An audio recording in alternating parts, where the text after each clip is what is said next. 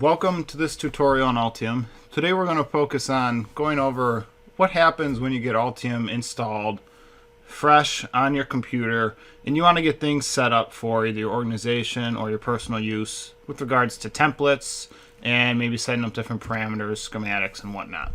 Just going to go over those fundamentals because I feel that a lot of times people are so anxious to get into Altium and just want to know about how the schematic works, how to put on components, how to make a PCB. Kind of forget these little things that make your life a little easier in the long run. So to begin, Altium gives you a few general templates and example files when you download it. These are some directories, and I will post them on the video in larger text for everyone to see. So default examples here, if we were to search this in our directory on our computer, you will see some various examples that come about here with Altium. In particular, we'll go with this first one, Bluetooth module here. So when you see the file packages, and the file types I should say, you'll see multiple ones here, and this one here represents a schematic sheet. So this one here represents the PCB. This is the project, one with the little note next to the PCB. And then these are output files, the output job files, which can generate your documentation, if there's any manufacturing related items, all your Gerber files. You can set that up to automatically generate here at the click of a button. So whenever you open up a project, all you need to do is click this one here, the project element, right? And if we go back here, you will see even the type is defined as PCB project. So if you look at the type in here, you'll see PCB project. You can click on it. So if we go back in here, ignore this here. We aren't too concerned right now. You'll notice that this project has many different schematic documents within it and then one PCB. And that's what you're always going to see, right? You can't have multiple PCBs necessarily that link to all these different schematics. You can have multiple schematics linked to one PCB. So if we were to open, say, this top sheet here, this one doesn't necessarily show resistors and capacitors and all those things that someone may be used to just looking at schematics. This is a top sheet to show relationships between different parts, okay, and different sheets. So of course you can see Bluetooth section, right? If we were to look at Bluetooth and go in here, we'll have another one of these, and we'll have an LED section of these, right? So these just show relationships between different connectors on different pages and whatnot. So let's say we went to Bluetooth here, and we want to see, well, oscillator 32.768 kilohertz. And it tells you that's this schematic doc. So let's see what that is here. So when we open this, you'll see this is a harness connection. And the harness allows you to break out multiple signals that don't necessarily have the same name like a bus would. And the harness breaks out those signals, and those signals come in here. So that's kind of the general flow, is that you can have a top sheet, define the connections and all that. Now within here, the critical element for this particular video is related to title blocks and overall project setup, okay? So if we just scroll down here, you'll notice there's a few different parameters. Equals project title, equals project address 1. So these are all different fields that Altium allows you to use, and these are all able to be set by the user, right? So say project title, we just wanted this to say project test. So we'd go under project options, okay? Parameters. Now there's nothing in here for this particular project. So if we wanted a project title, it would be as simple as putting in project title, making sure you match capitalization, okay? And we'll just call this test project. So now when we hit OK, it'll populate here in the field. So you can see how that's very valuable, because on multiple sheets, say we went to this one, now it says test project here as well. So it'll propagate through your entire design, and that's going to make things very easy. if you have it set up correctly, right? So it's a matter of, well, in here, say you didn't want 3 of these fields or 4 of these fields. You can't do anything in the schematic document itself. You have to enter the template. And to do that, you would either have to have the template file that this references to, or if you made your own, you would have that template file anyways. So let's just say we wanted to see the template file. We can go into our templates directory. So let me copy this in and let me paste it here. Okay. So the templates directory contains many useful items. Make this full screen. So, but the most critical are these BOM export templates, which we probably won't focus on in this video, and the schematic templates, which are definitely critical, as well as when it comes to any project templates, right? And PCB templates, okay? So project templates, let's just open one for the sake of opening it here. You'll notice a project template contains the various schematic and PCB documents, but it's not a template file per se. It is just a project that has different files associated with it, okay?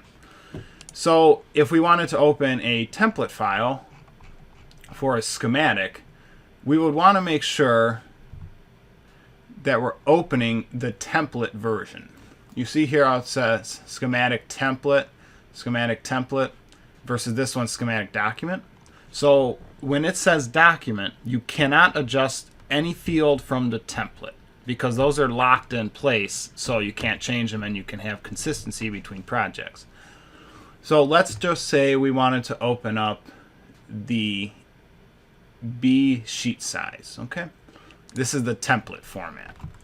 So now you'll notice, well, we can move this around, we can move this over here, and we can do whatever we want to do to these values. If we didn't want this to say title, and we want to say title 1, we can do such a thing, right? So let me just Control Z these here. So this is where you make those changes. Now, however your project's set up, you may always call title. So then that's fine. You may have a document number, revision. You may want to add different fields here. Perhaps some type of scale. Perhaps some other critical information about a date or time that is different from this. A different file location, a second address, engineers, the reviewers, checkers, compliance, and quality control. Basically anything you want to put in here, you can add different fields, right?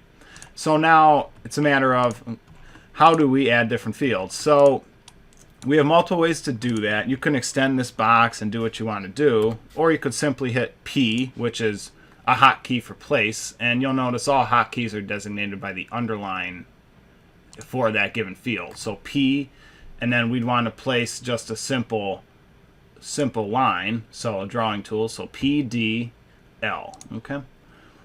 So everything will snap to the grid. So say we wanted to extend this box, and we did something like that, and we just wanted to add another line here, and another line here. To put another block here, engineer say, we can simply copy and paste this, and put in what we want it to, the field to be. So if we call this engineer, you'll notice it doesn't show exactly how we would expect, right? It's not that grayed out value. And reason being is that there are these local parameters that are associated with each document sheet. Okay, so if you have 20 sheets in a project, each one can be edited individually through this parameters box here, which would be located under the properties field, properties tab for each sheet. So you'll notice that there's already an engineer field here. So because that's the case, you can't duplicate fields necessarily, right? And what's happening is when we put equals engineer, well, it's legitimately grabbing star, right? So if we change this to test engineer, it would show up on our template. And these fields can be changed later, right? So, but we don't want that. We want this to be a global setting. where all sheets have one value. So a simple way to do that is to put some type of identifier either before or after the engineer text. In this case, we'll do an underscore engineer. And you'll see this is what it looks like. So let me scoot this up a little bit. So equals underscore engineer. Okay. Now, what this allows us to do is go into our example project, which I made to a C sheet, and you can see this is way too large for this particular component, right? So let's just drag this more over here, and we do design, templates, general templates, B. Just for this document, and replace all matching parameters. That's just fine. Okay, so you'll notice how it resized and whatnot. Now, the one thing to keep in mind, how I just did that resizing, is that you don't want to resize from a larger sheet to a smaller sheet with your components. Oh, excuse me. Let me change this back to a C for the sake of explaining here. So what you don't want to do is have your component all the way up here on a C size sheet and then go into templates and change it to a B or anything smaller, because what happens is this gets stuck out here, right? And there are ways to bring it back, but this one just gets stuck. So what you'd want to always do, if you only have a few components at least, is just make sure they're in the center. But regardless, we're back on the B size sheet here. So you'll notice test engineer field populated, okay? So that's because we have a field here, underscore engineer, right? So what if we change that to just engineer? Let's see what happens. You'll notice, well, it goes to underscore engineer. And that makes sense because that field name is grabbing from the project parameters, because it doesn't live in this section here. So now title, let's see if we can do that from here. So title equals test. Clearly you can see that the project field isn't populating this parameter. So what that means is that it lives here locally. So we'll call this test project. Okay, so that's good. Now, if you wanted to add a second sheet to the project, you could do this one of two ways. You could go into the project directory, which would be right-click, explore. Brings up the directory, and within the directory you can copy and paste your file and change the name, and then you can add it using add existing to project and add the particular item that you just made a duplicate of. You could do that, or you can simply add new to project, schematic, okay? Hit save, and then whatever you want to call it. But in our case, we'll just save it over here in the demo folder. So trial document, okay?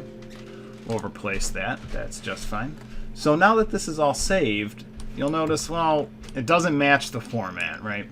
So what we'd want to do is go templates, once again, general templates, and select the one of interest. And that's just fine. So now you'll see here, well, what fields are global? Engineer, it was global. So we set that one time, and it's in both places. But title, test project, is not global. It's set in only one place. So just keep that in mind, right? So we could call this test sheet instead. And there we go. So I guess the question is now, what fields are critical for being global versus local to the sheet? And anything that's the same should be global, right? So document number. Unless your document number changes from sheet to sheet, which is possible, then you'd want that to be global. Revision. Odds are you're keeping a revision history of your project from a schematic standpoint and PCB standpoint, so there's not necessarily a need to revision each sheet, but perhaps there is, right? So it's up to the user's discretion to determine these types of things. Now, let's just say you had two sheets on here, right? So let's save this first, okay? Let's say you had two sheets. So on those sheets, you'll notice these other fields here. So let's just add in this here. Document number 1234, revision, we'll call this A. So then we're left with sheet number and sheet total. So these are on a sheet by sheet basis because these parameters are part of the annotation process. So that's under Tools, Annotation. And then if you go to Number, Schematic, Sheets, you'll notice this here, right? So document number, sheet total. This here essentially takes every single schematic document you have and gives you these three parameters for each document individually. So we can make this 1, 2, 3, 4 and auto document number this if we really wanted to, and it would label it 1 and 2, but that's not what we want to do. So we'll just want these two to be the same, okay? And once again, if that was a global parameter, then you wouldn't need to worry about that there. And sheet number, you can do auto sheet number, and you could do update sheet count. So of course there's two schematic sheets and sheet number 1 and 2. So we'll hit OK. And you'll notice sheet 1 of 2. Now it will annotate in the order that they appear on the project list, okay? So if we move this up such that trial document was above PC 104 document, okay, you'll notice, well, this is 2 of 2, so let's re-annotate those. And we'll go number schematic sheets, and we'll say auto sheet number. And you'll notice they flipped. So it will label the sheets in order of 1, or the order that they're shown on the project directory. Okay. So that's basically it for setting up schematic templates. It's having those different fields, whether or not they're global or local, to the schematic sheet is up to the engineer and up to the designer. But having these templates set up will make your projects very clean and allow you to easily understand where the actual schematic document came from, its revision history, and so on. Now, one last thing to close is sometimes people put revision history boxes on the first page. So you can either manually add those in, you can make a component for them, you can make a separate sheet for those, and I should say separate template that contains those parameters. And then the one template is the general B-size sheet, for instance, with a revision history box, or a box containing any other bits of information, and the rest are all generic, just like this sheet, without additional information. So that's one way to do it. Now, the one thing I just mentioned there was sometimes you can make a component, just a schematic component that contains valuable information. So let's just say we went over here to schematic dot. Right? This is our template, DOT file format.